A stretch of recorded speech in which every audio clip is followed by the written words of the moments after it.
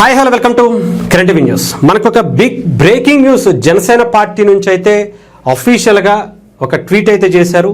జనసేన పార్టీకి సంబంధించినటువంటి నాయకులకు ఎవరైతే కార్యకర్తలు వీళ్ళందరికీ కూడా ఒక హెచ్చరిక అని చెప్పాలి. ఇది ఒక విజ్ఞప్తి అని చెప్తున్నారు, కానీ ఇది ఒక హెచ్చరిక కింద మనమైతే తీసుకోవాల్సినటువంటి పరిస్థితి ఉంది. అసలు ఏం మాట్లాడారు ఏంటి అనేది ఒకసారి మీకు చదివి వినిపిస్తాను.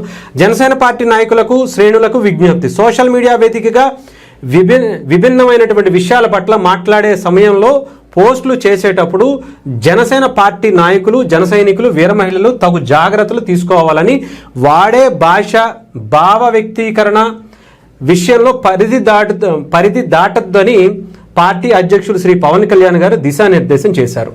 అనవసరమైనటువంటి విషయాలపై ఇష్టానుసారం భాషను ఉపయోగించి మాట్లాడడం సరికాదని స్పష్టం చేశారు. ప్రసార మాధ్యమాల్లో, సోషల్ మీడియాలో మాట్లాడే సమయంలో జనసేన పార్టీ నాయకులు, జన సైనికులు, వీర మహిళలు ఖచ్చితంగా పార్టీ నిర్దేశించిన మార్గదర్శకాలు పాటించాలి.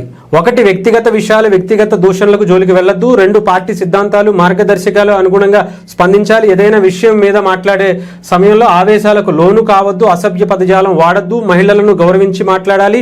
పార్టీ అంతర్గత అంశాల పట్ల సోషల్ మీడియా వేదికగా ఇష్టానుసారంగా మాట్లాడద్దు. పార్టీ భావజాలాన్ని కించపరిచేలా మాట్లాడే వారిని ఉపేక్షించవద్దు. పార్టీ క్రమశిక్షణకి విఘాతం కలిగించేలా జన సైనికుల్ని రెచ్చగొట్టేలా వ్యాఖ్యలు చేసి వారిపై జాగ్రత్తగా ఉండండి.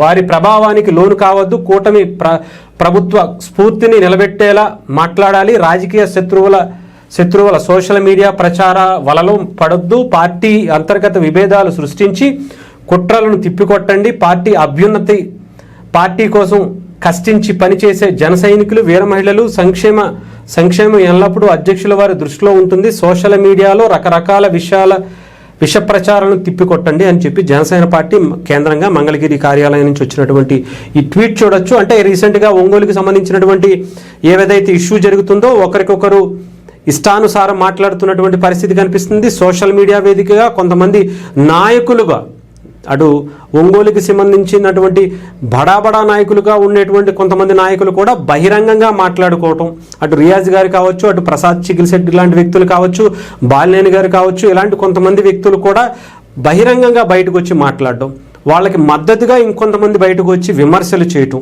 ఇవన్నీ కూడా చూస్తున్నాం. రియాజ్ గారికి సంబంధించినటువంటి మాటలు ఇప్పటికే ఆయన క్షమాపణ చెప్పినటువంటి పరిస్థితి కూడా కనిపించింది. అయినా కూడా ఇంకా సద్దుమణిగేటువంటి పరిస్థితి ఇది తేరుకోకముందే కొంతమంది రీసెంట్గా కొంత సోషల్ మీడియాలో కూడా రియాక్ట్ అవుతూ కొంతమంది తిడుతూ బూతులు పెడుతున్నటువంటి పరిస్థితి కూడా కనిపిస్తుంది. సో అంటే కొంత ఇబ్బందికర పరిస్థితులు కనిపిస్తున్నాయి. జనసేన పార్టీకి సంబంధించి కొంతమంది అటు జనసేనని, టీడీపీకి సంబంధించి కుట్రలు చేస్తున్నారు అనేది గతం నుంచి మనం మాట్లాడుకుంటుంది. దాంట్లో చాలా క్లియర్గా చాలా సందర్భాల్లో చెప్పాం.